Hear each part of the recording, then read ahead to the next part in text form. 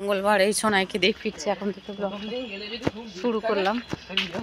আর হচ্ছে আকাশের অবস্থাটা ভীষণ কুয়াশা কুয়াশা মতো, ঠান্ডা ঠান্ডা তেমন নেই। তো এই ফিরছি সবে, ট্রেন থেকে নামলাম, এই যে স্টেশন দেখতে পাচ্ছ ওই, ঠিক আছে তাহলে অনেক কাছে। আমি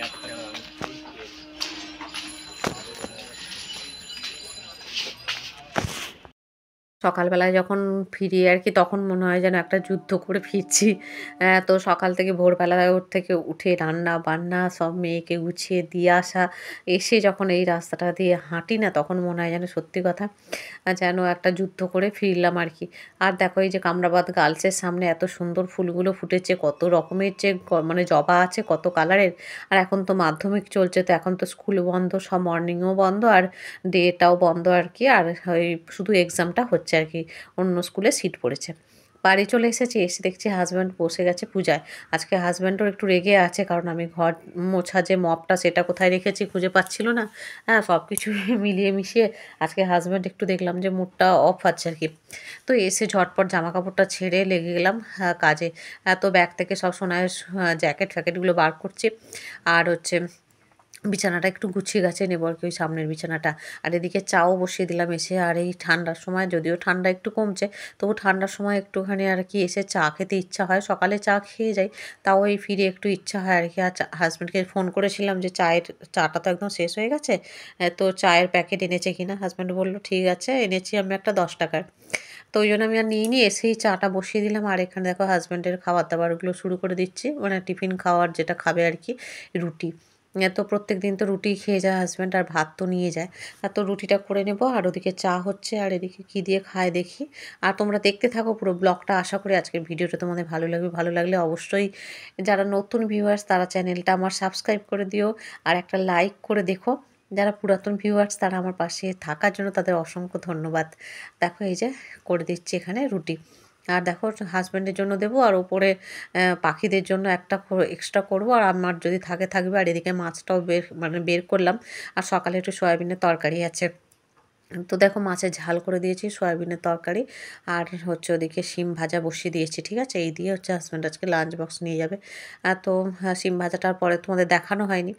আর দেখো এই যে হাজব্যান্ড রেডি হয়ে গেছে, কারণ অনেকটা লেটও হয়ে গেছে। চলো হাজব্যান্ডকে নিচে এগিয়ে দিয়ে আসি, এসে তারপরে আবার তোমাদের কাছে ফিরে আসছি।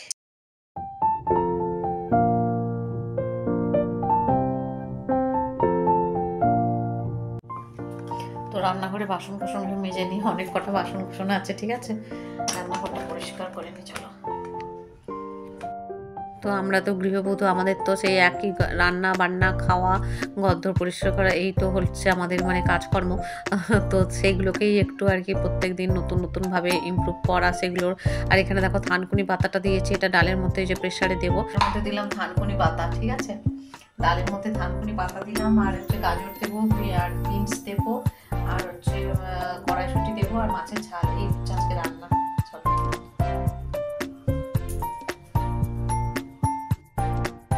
তো সকালে যেহেতু সোনাইকে টিফিনে হচ্ছে সয়াবিন আলু তরকারি আর রুটি দিয়েছিলাম, পরোটা আর কি, এই দিয়েছিলাম, আর গ্রেপস দিয়েছিলাম। তো এখন হচ্ছে সমস্ত শাকসবজি, সকালে তো যেহেতু অন্য কোনো ভেজিটেবলস ওকে দিইনি, তো এখন হচ্ছে এই ডালের মধ্যে দিয়ে সমস্ত ভেজিটেবলস দিয়ে সেগুলো সেদ্ধ করে ওকে দেবো। আর এইটা মানে খেলে না মানে শরীরটাও ভালো থাকে, আর পেটটাও ভালো করে পরিষ্কার হয়। শাকসবজি খাওয়ার তো গুণ আলাদাই না, আর আলাদা আলাদা করে রান্না করার মতো এখন সময় নেই। তাই হচ্ছে সমস্ত কিছু ডালের মধ্যে দিয়েই সেদ্ধ করে এটা ভালো করে ভাত দিয়ে মেখে ওকে খাইয়ে দেবো। আর ওকে যদি একা খেতে দিই না, তাহলে কী বলতো, ওই যে শাক সবজিগুলো ওর যেটা পছন্দ সেটা খাবে, আর বাকিটা রেখে দেবে আর কি, পুরোটা খাবে না। আর আমি যদি নিজে খাইয়ে দিই হাতে করে, তাহলে কিন্তু সমস্ত সবজিটাই ওর শরীরে যাবে। তো সেই জন্য আর কি ওকে আমি এই সেদ্ধ করা সব সবজি একসাথে মেখে গরম মানে ডালের সাথে ওকে খাওয়াই। আর এসে তো তখন সব ঠান্ডা হয়ে যাবে খাবার দাবার, তো এসে একটু গরম করে নেবো। আর এখন দেখো সমস্ত কিছু মোটামুটি রান্নাবান্না হয়েই এসছে। আর আমি এখন কি করছি বলতো, এই যে বাসন কোসনগুলো মেজে তারপরে জল ঝরাতে দিয়ে চলে যাব। আর ওদিকে প্রেশারের সিটিও পড়ে গেছে। তো এদিকে মোটামুটি কাজ আমার ডান। আর ওদিকে আমার কী বলতো এডিটটা করা মানে বাকি ছিল, সেটাও আমি কমপ্লিট করে নিয়েছি, যার জন্য সকালটা আমার 1 ঘন্টা ওই এডিট করতে গিয়েই আমার অনেকটা সময়টা চলে যায় আর কি, 1 ঘন্টাখানেক। আর তো ওটাও তো একটা কাজ, তাই না বলো? ওটা তো আর বিফলে যাবে না। নিশ্চয়ই এর কোনো মানে ভালো হবে। কোনো কিছু খেটে পরিশ্রম করলে সেটা কোনোদিন বিফলে যেতে আমি দেখিনি। তো দেখেছি যে কোনো কিছু কাজ যখন পরিশ্রম করে করি, হয়তো সঙ্গে সঙ্গে ফলাফল না পেলেও তার ফলাফল কিন্তু মেলে। সেটা হচ্ছে মানে তাড়াতাড়ি হোক আর দেরিতে হোক। কারোর তাড়াতাড়ি মেলে, কারোর একটু দেরি করে মেলে। ঠিক আছে? আর এইজন্য আমি মানে ওইটাও তো আমার একটা ইউটিউবের কাজ, তাই না? তো ওইটাকেও আমি অবশ্যই প্রায়োরিটি দিই। ওটা আগে করে তারপরে আমি সংসারে কাজ করি। দুটোই আমার কাছে অনেক গুরুত্বপূর্ণ। তো দেখো এই যে এখানে বিছানাটা একদম চেঞ্জ করে নিলাম, বেডশিটটা। বিছানার বেডশিটটা তুলে দিলাম, তুলে দিয়ে আজকেই কাচবো। এই ঘরেরটাও তুলে দিচ্ছি, ওই ঘরেরটাও। দুটো বেডশিটই আজকে পুরো চেঞ্জ করব। কারণ একঘেয়েমি একই বেডশিট অনেকদিন ধরে পাতা থাকলে ভালো লাগে না। তো বেডশিট চেঞ্জ করছি, আর বালিশ টালিশগুলো, তারপরে লেপ, এগুলো সব দেখো ওই যে টেবিলের ওপর রেখেছি। ওখানে তো সেই টেবিলটা রেখেছি, বললাম না তোমাদের সেদিন যে টেবিলটাকে সরিয়ে ঘরে রেখেছি। তো ওর ওপরে সমস্ত কিছু রেখেছি। আবার এখন তো গুছিয়ে নিলাম, এবার হচ্ছে এখানে রেখে দিচ্ছি। আর এই বেডশিটগুলো ওই সামনের ঘরে যাবে আর কি। টিভি যে ঘরে শোনাই দেখে, ওই ঘরে এই বেডশিটটা পাতবো। তো এই ঘরটা মোটামুটি হয়ে গেছে। এই ঘরটা কিন্তু সবই সকালে মোছা হয়ে গেছে। কিন্তু এখন যেহেতু বেডশিটটা চেঞ্জ করলাম, তাই আরেকবার আমি ঘরটা হচ্ছে মানে ডাস্টিং করে নেব।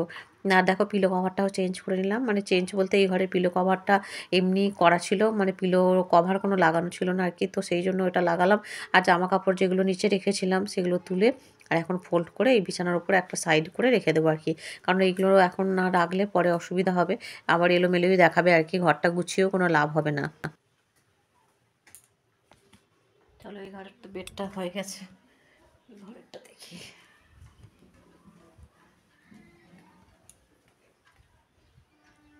তো সামনের ঘরে চলে এলাম। আর এই যে বেডশিটটা হচ্ছে একটু সিঁড়ির কাছে ঝেড়ে নেব, কারণ হচ্ছে বেডশিটের মধ্যে তো অনেকটা ধুলো টুলো থাকে। যদিও কাচবো, তাও একবার ঝেড়ে তারপরে কাচবো। তো এগুলো ছাদ থেকে তুলে আনলাম, আর কি এখন ফোল্ড করে নিচ্ছি। ফেলে রেখে গেলেই মুশকিল।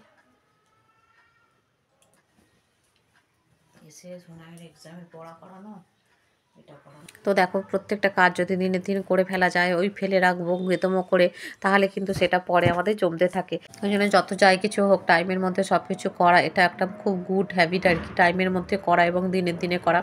আর ওই ফেলে রাখবো, যে কোনো জিনিস ফেলে রেখে যদি সেটা পড়ে থাকতে চায় আর পড়ে থাকে আর কি, তাহলে দেখবে সেই কাজটাও ভালো লাগে না পরে করতে, এক গাদা তখন কাজের চাপ প্রেশারও এসে যায়। আর পরে হচ্ছে তখন ঠিকঠাকভাবে করাও যায় না। দেখো এই যে এই বেডশিটটাও তুলে নিচ্ছি, এটাও চেঞ্জ করব। এটাও বেশ কিছুদিন ধরে পাতা আছে, যেহেতু এই শীতের সময় তো সোনাইকে তেল টেল মাখানো হয়।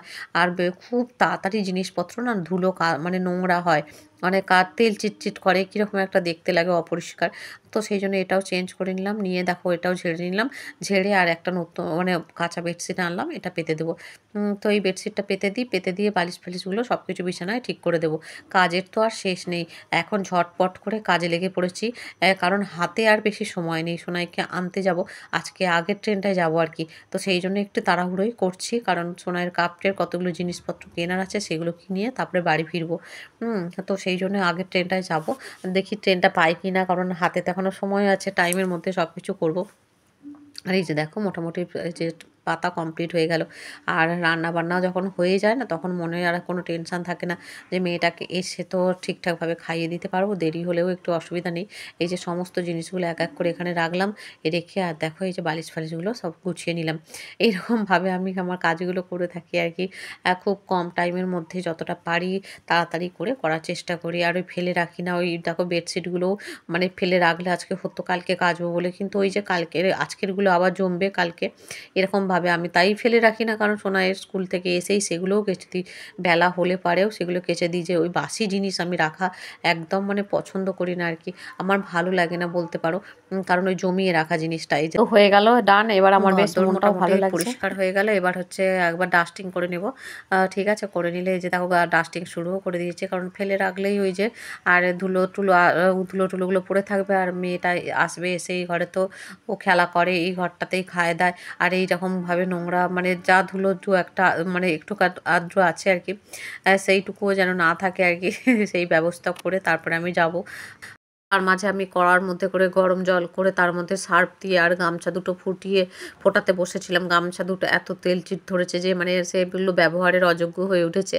তো সেই জন্য ভালো করে দেখো একদম গরম জল করে ফুটিয়ে নিয়ে তারপরে এখন আমি কাচতে বসেছি। আর অনেক কটা ওই যে বেডশিট, তারপরে হাজব্যান্ডের অফিস যাওয়ার জামা কাপড় সেগুলো সমস্ত রয়েছে, সেগুলোও কেচে দেবো। তো প্রায় 1 বালতি কাচাকুচি, 2টো বেডশিটে তো আমার বালতি মানে বোঝাই হয়ে যাওয়ার উপক্রম হয়েছে। তো যাই হোক আমি সব কিছু করে নিচ্ছি আর কি। ওই ফেলে রাখবো না, এসে আমার চাপ যেন না থাকে। তার আগে চাপ মানে যাওয়ার আগে আমি সমস্ত কিছু গুছিয়ে যাব। এই আমার হচ্ছে রোজ দিনকার প্রতিশ্রুতি থাকে যে যাওয়ার আগে যেন ঘরের সমস্ত কাজ আমার হয়ে যায়।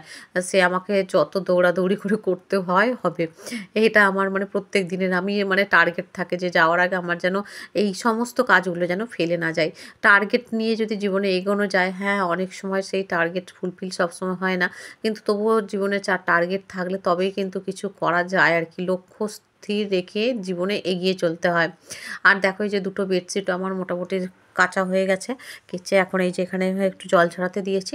এবার আবার এই জামা কাপড়গুলো যেগুলো আছে, গামছা টামছা যেগুলো কাচলাম সেগুলো হচ্ছে ভালো করে আমি তুবে নিয়ে এখন হচ্ছে ধুয়ে নিচ্ছি। কারণ এই যেগুলো আবার গিয়ে রোদে দেবো। আর অনেকটা মানে ছেড়েছে আর কি। চলো এবার ছাদে মিলে দিয়ে আসি। 1 বালতি কাচাকুচি হয়েছে আর হাতে সময় নেই গো।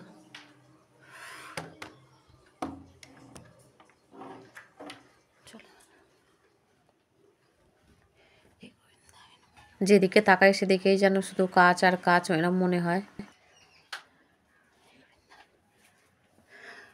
রোদ উঠেছে যাবো আলটিমেটলি চিন্তা হচ্ছিল যে এতগুলো কাজ করবো যদি না ওঠে বৃষ্টি হয়। যাক রোদ উঠেছে, চলো।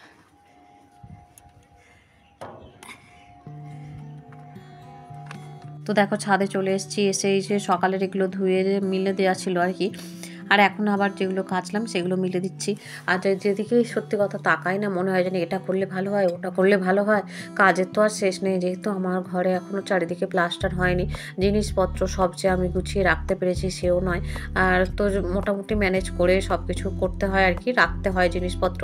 সিঁড়ির ওপরগুলো চাতালগুলো যেহেতু ওগুলো সব আমাদের প্রয়োজনীয় জিনিস রাখা আছে, তো সেগুলো তো সিঁড়ির যেহেতু ওই যে ধাপগুলোর মধ্যে চাতালে রাখা আছে আর কি, যেটা একটু গ্যাপ দিয়ে চাতাল মতো করা থাকে, তারপরে আবার সেই স্টেপগুলো ওঠে না, তো ওই পোর্শানে কিছু কিছু জিনিস আমার রাখা আছে। তো ওইগুলো যে রেখে দিলেই একবার হয়ে যায় তা তো নয়, ওগুলো প্রায় মানে কিছুদিন পর পর ওগুলো হচ্ছে ভালো করে ঝেড়ে মুছে নিতে হয়। তো সেই এটা ওটা করতে করতে সেই কিছুদিন মানে ব্যবধানটা সেটা চলেও আসে। দেখতে দেখতে কোথা দিয়ে যে 15 দিন, 1 মাস 2 মাস কেটে যায় তার ঠিক নেই। আর কিছুদিন পর পরই ওগুলো মনে হয় দেখতে যে খুবই অপরিষ্কার লাগে। ওগুলো মাঝে মাঝে তো পরিষ্কার না করলে একভাবে থাকে তো ধুলো টুলো পড়ে আর দেখতেও খারাপ লাগে। তো সেই ছুটি পেলেই সেইগুলো করি আর কি। তো যখনই সময় পাই মনে হয় যেন এটা করি ওটা করি, এই আর কি একটু গুছিয়ে মানে রাখার জন্য, দেখতে যাতে একটু ভালো লাগে। যেহেতু প্লাস্টারও করা নেই আর চারিদিকে ইটের দেয়াল, তো সেটা আর কি সেই জন্যই এত পরিশ্রম করতে হয়। যাই হোক সব কিছু মেলা হয়ে গেছে, এবার তাড়াতাড়ি দরজাটা বন্ধ করে তালা দিয়ে চলে যাচ্ছি নিচে, কারণ এবার স্নান করতে হবে। আর হাতে 1 ফোঁটা সময় নেই, স্নান করতে হবে, পূজা করতে হবে। আর বারবার ঘড়ি দেখছি যে যেহেতু আগের ট্রেনে যাবো আর কি, তো সেই জন্য বারবার ঘড়ি দেখছি যে টাইমের মধ্যে যাতে আমি বেরোতে পারি। তো ওপর থেকে এসেই সোনাইয়ের যে এগুলো নিয়ে যাবো আর কি, টুকটাক একটু টিফিনপত্র নিয়ে যাবো, 1 বোতল জল। আর কারণ এতটা হেঁটে আসার সময় খুব জল পিপাসা পায়, যার জন্য ওকে আমি ট্রেনের মধ্যে থেকেই জল খাইয়ে মোটামুটি আনি। আর স্কুলে তো খুব একটা বেশি জল খায় না, ফিরিয়ে আনে, যেটুকু জল দিই সেটুকু একটু খায়, একটু ফিরিয়ে আনে। আর প্রত্যেকটা বোতল আমি ভরে নিচ্ছি, কারণ এই যে বোতলগুলো চোখের সামনে ভরা থাকলে তখন আমারও না মানে জল খাওয়ার কথা মনে পড়ে। আর যদি না বোতলগুলো ভরা থাকে তখন আর মনেই থাকে না যে জল খেতে হবে। জানলা টানাল্লা সব বন্ধ করে দিচ্ছি। হয়ে গেল মোটামুটি, রান্নাঘর গোছানো হয়ে গেছে, ঠিক আছে। আর হচ্ছে জামা কাপড় কাচা ধোয়া, এবার স্নান পূজাটা করে বেরিয়ে যাব। আজকে একটু তাড়াতাড়ি যাবো, কয়েকটা জিনিসপত্র তো কেনার আছে বললাম। আর তো এইসব কাজের জন্য একা হাতে করতে গেলে না মানে সব সামলে খুব স্পিডে সব কাজবাজ করতে হয়। আর তো যাই হোক ছাদেও সব দিয়ে এলাম, দেখলাম অনেক কাচাকুচি হয়েছে, ঘর তো মোটামুটি ক্লিন হয়েছে। মনটা এবার শান্তি, ঠাকুরের কাজগুলো আছে করবো, জামা কাপড় পরবো, বেরিয়ে যাবো, ঠিক আছে। তোমরা সাথে থাকো, দেখতে থাকো আজকের ব্লগটা পুরোটা। আশা করি আজকের ভিডিওটা তোমাদের ভালো লাগবে। অবশ্যই এটা লাইক শেয়ার কমেন্ট করো। যারা হচ্ছে পুরাতন বড় তারা অসংখ্য ধন্যবাদ আমার পাশে থাকার জন্য, আমাকে এইভাবে সাপোর্ট করার জন্য। এখানে পূজা অর্চনা হয়ে গেল, চলো একবার ভগবানের দর্শন তোমাদের করিয়ে দিই। আর মাথা টাথা ভিজিয়েছি তো ভালো করে, ওই জন্য দেখো চুলটা খুলেই রেখেছি। দেখো তো বন্ধুরা, ভগবানের দর্শন করিয়ে তোমাদের ব্লগটা শেষ করলাম। সবাই ভালো থেকে সুস্থ থেকে পরের কাজকর্মগুলো নিয়ে পরের ব্লগ আসবে। Bye bye.